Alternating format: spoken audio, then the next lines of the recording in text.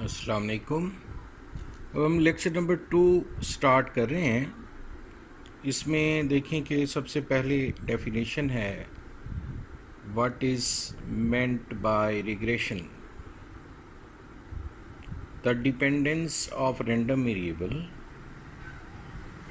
On an other non random variable is called regression या simple regression.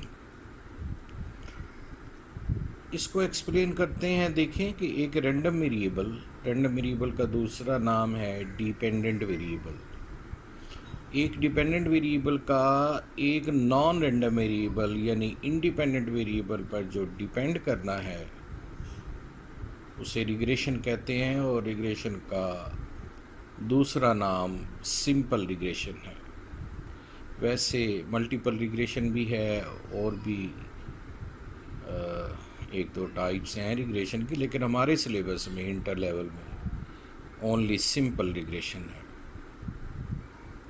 For example, the height of children may be estimated on the basis of their age. ये पहले भी हम explain कर चुके हैं।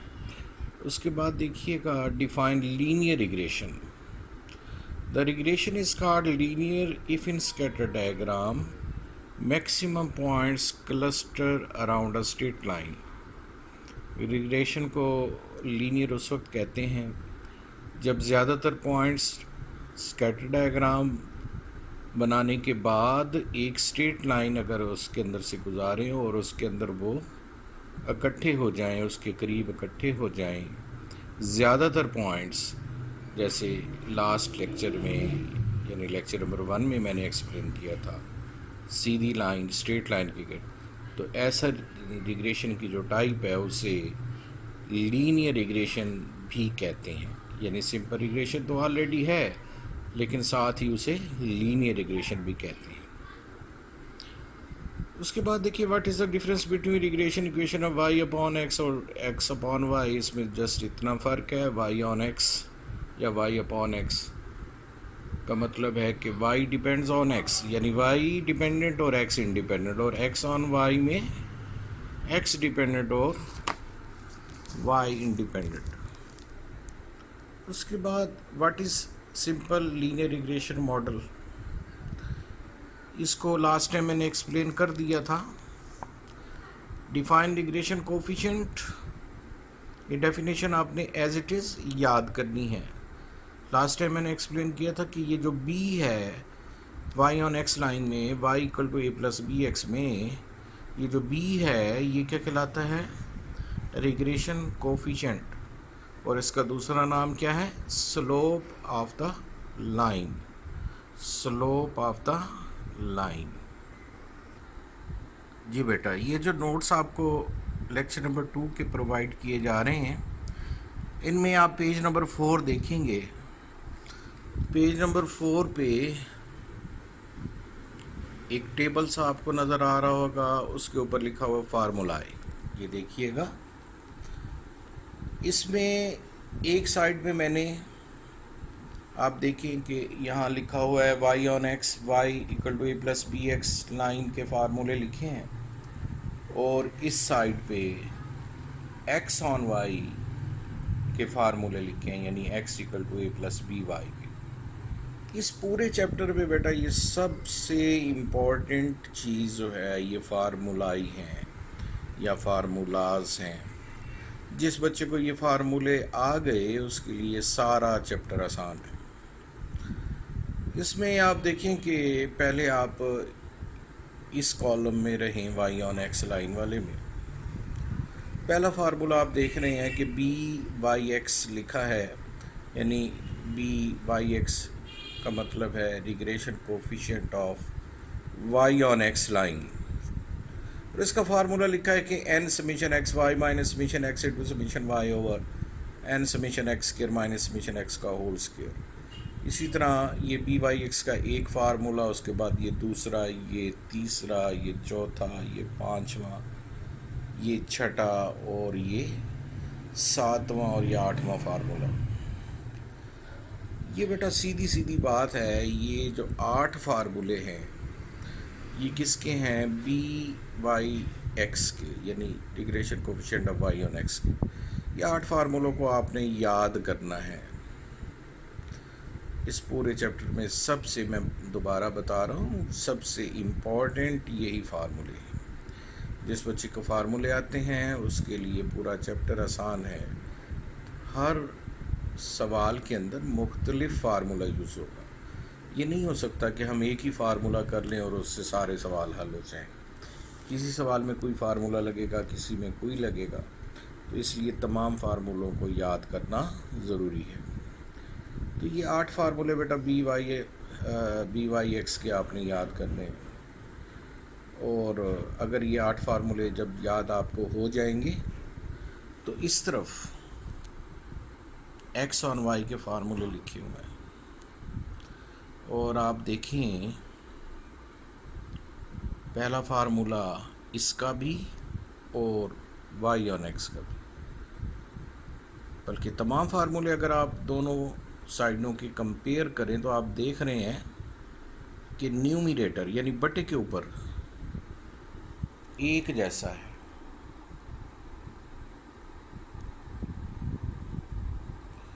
बटे के नीचे बी वाई एक्स में, बी वाई एक्स के फार्मूले में बटे के नीचे एक्स की वैल्यूज़ हैं, यानी n summation x square minus summation x का होल स्क्वायर।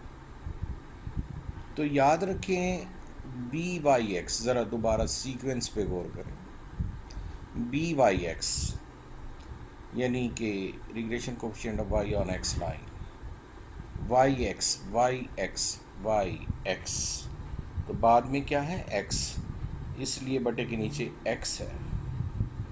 और ये फार्मूले एक्स ऑन वाई के हैं, x on y b x y, तो बाद में क्या है वाई, इसलिए बटे के नीचे वाई की वैल्यूज़ हैं।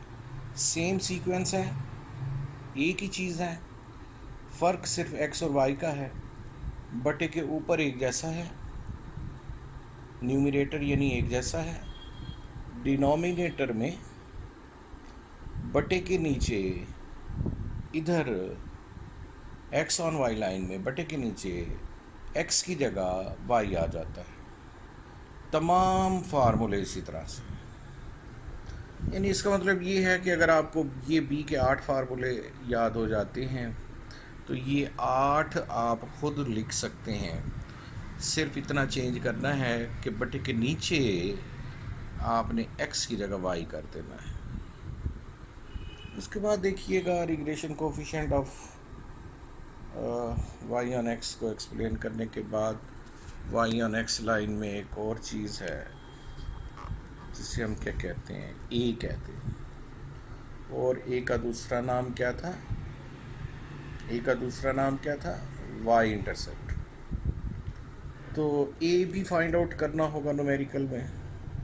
ये देखिए फॉर फाइंडिंग वैल्यू ऑफ ए, और ये ए कौन सा है, वाई ऑन एक्स का, इसलिए इसे ए वाई एक्स लिखते हैं। ए वाई एक्स का फार्मूला क्या है, summation Y minus B summation X over N. इसके जस्ट ये 2 फार्मूले हैं। दूसरा formula A Y X equal to Y bar minus B X bar, B X bar लिख लें तब भी ठीक है, और बी के साथ बी वाई एक्स अगर आप साथ लिख लें तब भी ठीक है, जैसे कि ये लिखा हुआ है। इसी तरह ये 2 फार्मूले किसके हैं, ए के, और ए कौन सा, वाई ऑन एक्स लाइन का, यानी ए वाई एक्स के। इसी तरह यहाँ पे भी ए के फार्मूले हैं, ये भी 2 फार्मूले हैं, ए एक्स वाई के यानी एक्स ऑन वाई लाइन के। इन फार्मूलों में और इन फार्मूलों में जस्ट इतना फ़र्क है कि इन्हीं फार्मूलों में, यानी कि जो फार्मूले ए वाई ऑन एक्स के थे, इन्हीं फार्मूलों में आप एक्स की जगह वाई और वाई की जगह एक्स रिप्लेस कर दें तो ये 2 फार्मूले बन जाएंगे। तो ये सारा कमाल पूरे चैप्टर में इन्हीं फार्मूलों का है। जिस बच्चे को फार्मूले आते हैं उसके लिए ये आसान है। ये बार बार ये इस चीज़ पे इंसिस्ट करने का मतलब यही है कि आप इनको अच्छी तरह से याद करें। आपकी नेक्स्ट असाइनमेंट यही है कि आपने इन्हीं फार्मूलों को याद करना है और ज़बानी लिखना है। एक दफ़ा गलत हो जाएं दोबारा लिखें, दूसरी दफ़ा गलत हो जाएं तीसरी दफ़ा लिखें। जब आप तीसरी दफ़ा लिखेंगे तो कोई गलती नहीं होगी।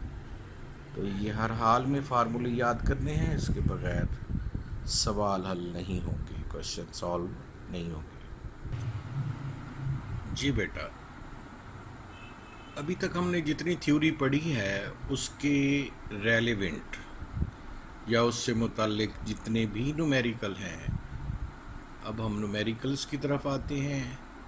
उन न्यूमेरिकल्स को सॉल्व करेंगे, फिर नेक्स्ट थ्योरी पढ़ेंगे, फिर उससे रेलेवेंट जितने न्यूमेरिकल होंगे वो करेंगे। तो ये एक एग्जाम्पल है। एग्जाम्पल्स का पोर्शन बिल्कुल अलग है, वो भी आपको प्रोवाइड किए जा रहे हैं नोट्स की सूरत में। एग्जाम्पल है 14.1। इसमें भी मैंने पायलट की बुक फॉलो की है, तो आप स्टेटमेंट उधर से भी देख सकते हैं बुक से, पायलट की सेकंड बुक जो है सेकंड ईयर की। इसमें देखें कि ये डाटा दिया हुआ है स्टूडेंट्स के बारे में। पहले कॉलम पे अगर आप गौर करें तो ये स्कोर दिया हुआ है। स्कोर का मतलब बच्चों के मार्क्स हैं। पहले बच्चे के 180 हैं, फिर 490 हैं एंड सो ऑन। तो पहले बच्चे के 480 हैं। इसी तरह उनसे रेलेवेंट उनकी जीपी दी हुई है। जीपीए कहा है कि अगर 480 मार्क्स हों तो जीपी 2.7 बनती है, 490 हो तो 2.9 बनती है, और इस तरह से। तो कहता क्या है, find the least square line, estimate the mean GP. ये बात याद रखें बेटा, जिस वेरिएबल को एस्टिमेट करना हो वो डिपेंडेंट वेरिएबल होता है। जैसे कि अभी वो कह रहा है कि एस्टिमेट करें जीपीए को, तो अगर हम स्कोर को एक्स कहें और जीपीए को वाई कहें, तो इसका मतलब ये हुआ कि हमने जीपी को एस्टिमेट करने का मतलब है कि वाई को एस्टिमेट करना है। तो वाई एस्टिमेट करना हो तो वाई ऑन एक्स निकालते हैं, यानी y on x regression line निकालते हैं। और अगर एक्स एस्टिमेट करना हो तो x on y regression line निकालते हैं। ये देखिए सॉल्यूशन में एस्टिमेटेड रिग्रेशन लाइन इसलिए वाई ऑन एक्स निकाल रहे हैं क्योंकि हमने जीपी को एस्टिमेट करना है। ये जजमेंट करना बड़ी इम्पोर्टेंट बात होती है कि हमने वाई ऑन एक्स लाइन निकालनी है या एक्स ऑन वाई निकालनी है। तो जिस वेरिएबल को एस्टिमेट करना हो वो डिपेंडेंट वेरिएबल होता है और वो ऑन से पहले आना चाहिए। जीपी को एस्टिमेट करने का मतलब है ऑन से पहले जीपी आनी चाहिए। और जीपी को किससे रिप्रेजेंट कर रहे हैं, वाई के साथ। तो ऑन से पहले वाई, तो ऑन के बाद ऑटोमेटिकली एक्स होगा। तो इसका मतलब ये है कि वाई ऑन एक्स लाइन निकालें। देखें, एक्स और वाई की वैल्यूज़ तो ऑलरेडी अवेलेबल है, यानी पहले दो कॉलम तो सवाल में न्यूमेरिकल में आपको दिए हुए होंगे। आपने दोनों कॉलम जस्ट ऐड कर देंगे। एक्स को जब आप ऐड करेंगे यानी कि प्लस करेंगे, जमा करेंगे, 4320 आता है। वाई के कॉलम को ऐड करेंगे तो 24.8 आता है। मज़ीद आप दो कॉलम बनाएंगे, एक एक्स स्क्वायर का और दूसरा एक्स इंटू वाई का। आप देख रहे हैं एक्स आई वाई आई वगैरह लिखा हुआ है, आप आई ना भी लिखें तब भी ठीक है। तो आपने दो कॉलम मज़ीद बनाने हैं, एक एक्स स्क्वायर का और एक एक्स इंटू वाई का। एक्स स्केयर का कॉलम किस तरह से आएगा, 480 का स्केयर करेंगे, 480 का स्केयर करेंगे तो 230400 आ जाएगा। 490 का स्केयर करेंगे 240100, 510 का स्केयर करेंगे तो 260100 and so on. X square के कॉलम को ऐड कर देंगे तो 2355800 आ जाएगा। Last column x into Y का बनाना है। ये कैसे आएगा कि एक्स की हर वैल्यू को वाई की हर वैल्यू से मल्टीप्लाई करना है।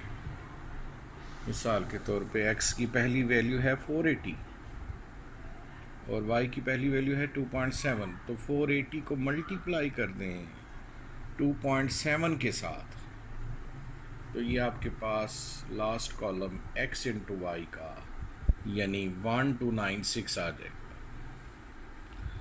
फिर आप 490 को मल्टीप्लाई करें 2.9 के साथ तो 1421 आ जाएगा लास्ट कॉलम में, और 510 को मल्टीप्लाई करें 3.3 के साथ तो लास्ट कॉलम में 1683 एंड सो ऑन, इस तरह वैल्यूज आएंगी।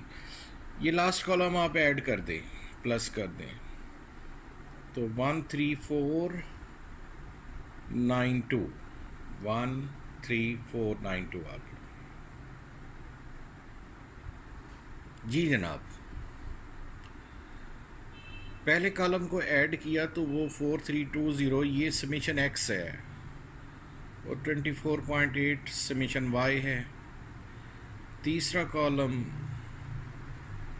2355800 समीशन एक्स स्क्वायर है, और ये जो लास्ट वाला कॉलम है 13492 ये समीशन एक्स वाई है।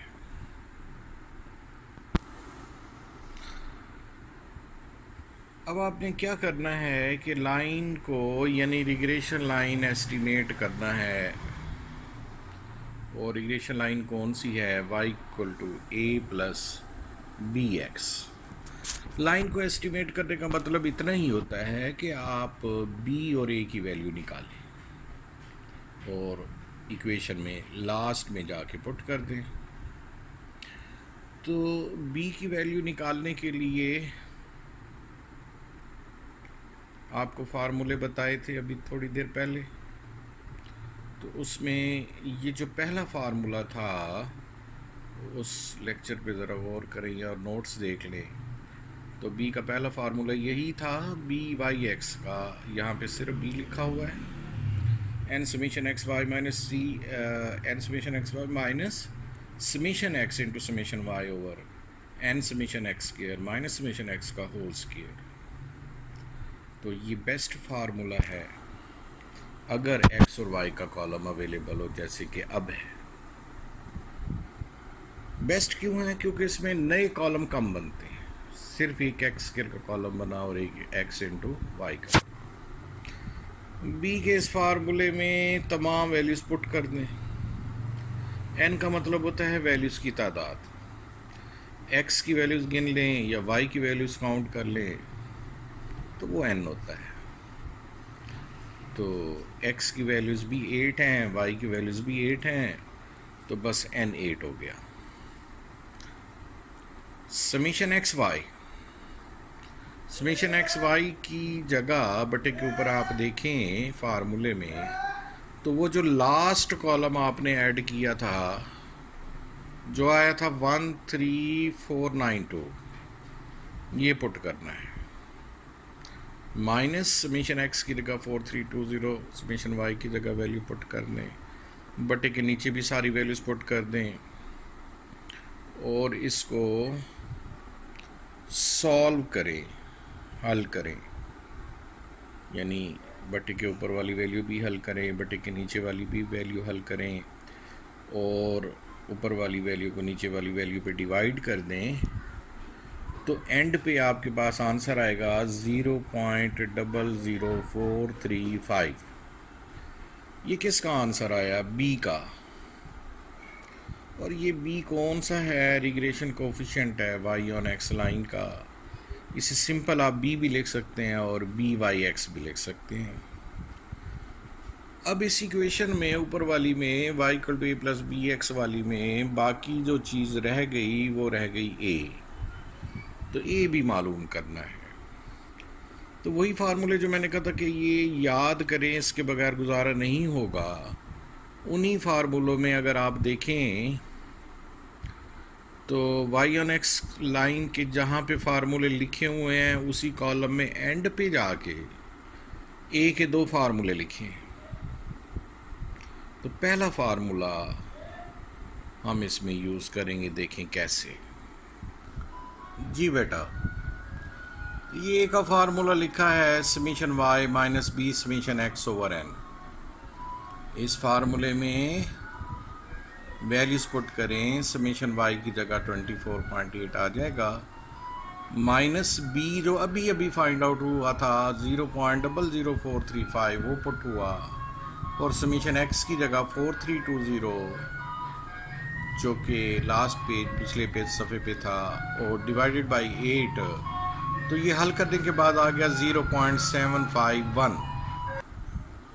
हाँ जी, अब हमारे पास a की वैल्यू भी आ गई 0.751 और b की वैल्यू पिछले सफ़े पे जो निकाली थी 0.00435।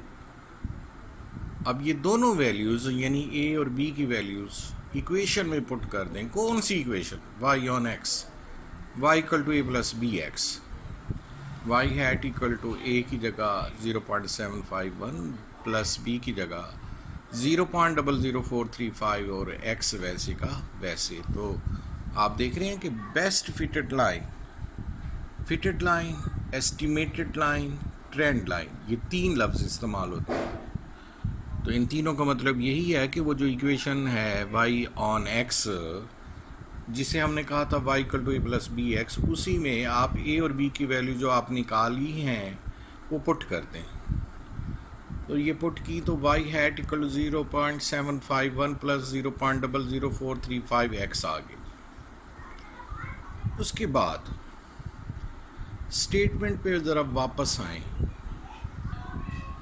जी बेटा, स्टेटमेंट में देखें तो टेबल के नीचे लिखा हुआ है कि एस्टिमेट द मीन जीपी या GPA of students scoring 600 marks. Score को हमने किस से ज़ाहिर किया था ऊपर टेबल में? x के साथ। तो यानी x 600 हो, यानी स्कोर 600 हो या मार्क्स 600 हो, तो जीपी क्या होगी? बिल्कुल सिंपल सी बात है, जो अभी आपने इक्वेशन फाइंड आउट की थी y ऑन x वाली, उसमें x की जगह 600 पुट कर दें। कैसे? देखिएगा। जी बेटा, देखें यहाँ पे लिखा हुआ है बेस्ट फिटेड लाइन इज, यहाँ तक हम कर चुके थे। y hat equal to 0.751 plus 0.00435 x, यहाँ तक हो चुका था। तो अब हमने एस्टिमेट करनी है वैल्यू जीपी की जब मार्क्स 600 हो। तो ये देखें आप कि लिखा हुआ है फॉर x इक्वल टू 600, यानी मार्क्स अगर 600 हो तो उसी इक्वेशन में ऊपर वाली में जहाँ x है वहाँ 600 पुट कर दें। तो 600 को 0.00435 से मल्टीप्लाई करें, जो रिज़ल्ट आए उसमें 0.751 जमा किया, यानी इसे सॉल्व करना है तो आंसर आ जाएगा 3.361। यानी कोई ऐसा स्टूडेंट जिसके 600 मार्क्स हों तो इस डेटे के मुताबिक उसकी जीपी क्या होगी? 3.361। ठीक है बेटा, तो ये आज का लेक्चर ख़त्म। इसके बाद इसी से मुतालिक मैं एक या दो सवाल आपको देता हूँ और आपने असाइनमेंट के तौर पे हल करने हैं। देखें जी बेटा, ये पायलट सुपर 1 की ही बुक है। उसमें एक्सरसाइज 14.1 है और क्वेश्चन नंबर 2 का ए पार्ट है। ये बिल्कुल वैसा सवाल है जैसे मैंने अभी आपको एक एग्जांपल कराई है। तो ये आपने ये वाला सवाल असाइनमेंट के तौर पे करना है और जब आप लेक्चर नंबर 3 लेने आएंगे एकेडमी में या कॉलेज में तो आप ये असाइनमेंट जमा कराएंगे। ये असाइनमेंट जमा करा के आपने दूसरा लेक्चर लेना है, यानी तीसरा लेक्चर लेना है। और इसके नोट्स फ़िलहाल आपको, यानी जो मैंने असाइनमेंट दी है इसके नोट्स फ़िलहाल आपको प्रोवाइड नहीं कर रहे, क्योंकि वो आपने असाइनमेंट के तौर पे हल करनी है। एंड पे आपको हो सकता है कि इसका असल सॉल्यूशन भी दे दिया जाए। बहरहाल आपने क्वेश्चन नंबर 2 का ए पार्ट असाइनमेंट के तौर पे करना है और सबमिट कराना है, जमा कराना है। Thank you very much. अल्लाह हाफ़िज़।